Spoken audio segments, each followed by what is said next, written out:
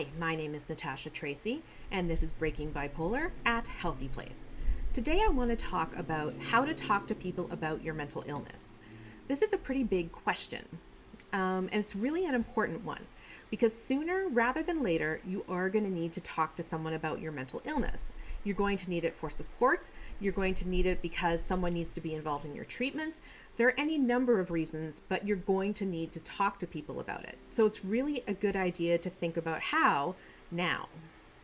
So the two rules I'm going to talk about today are choose wisely and start slowly. So first of all, you can't just talk to any random person about your mental illness. That's true. You have a lot of people in your life who care about you, hopefully. You have, your family and your friends and all those people. But you can't just pick one and start talking to them about your mental illness. You need to pick the right one. So the first thing you need to do is decide who is the one who's going to be most supportive to you. This is really important because if you have a really bad experience talking to someone about your mental illness, then you might not want to do it again. So try to suss out a person's feelings about mental illness and mental illness treatment before you go and talk to them about your mental illness. Try to make sure that they aren't anti-medication. Try to make sure that they support your perspective, whatever that is. So then once you've picked that person and you think that they're going to be supportive, start with just the one person. Don't start, everybody needs to know about your mental illness. Start with one person and start very small. Don't sit the person down and give them your entire life story in one sitting. That's just too much, and it's too much for anyone about anything.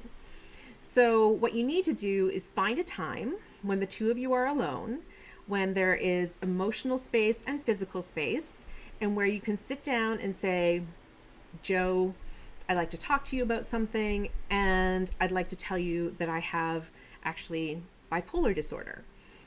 I realize you might have some questions about that, so let me tell you a little bit about it. And it's at that point that you would tell Joe a little bit about your experience with bipolar disorder or your mental illness. And then you would say, and here are some good references. So like websites or books, for example, that you can use if you have questions. That way, Joe, the person you're talking to, can get that bit of information from you, and then that will marinate for a bit. It will take time. It always takes time. And then they're able to look up some factual information, like here at HealthyPlace, for that particular illness. So those are the two big tips that people need to know, is pick the right person and start small. And if for some reason you pick the wrong person, don't stop. Talking to people is so important. Their support is actually going to keep you alive at different points. So don't stop talking, even if it doesn't work. You'll just learn to pick better next time. My name is Natasha Tracy, and this is Breaking Bipolar at HealthyPlace.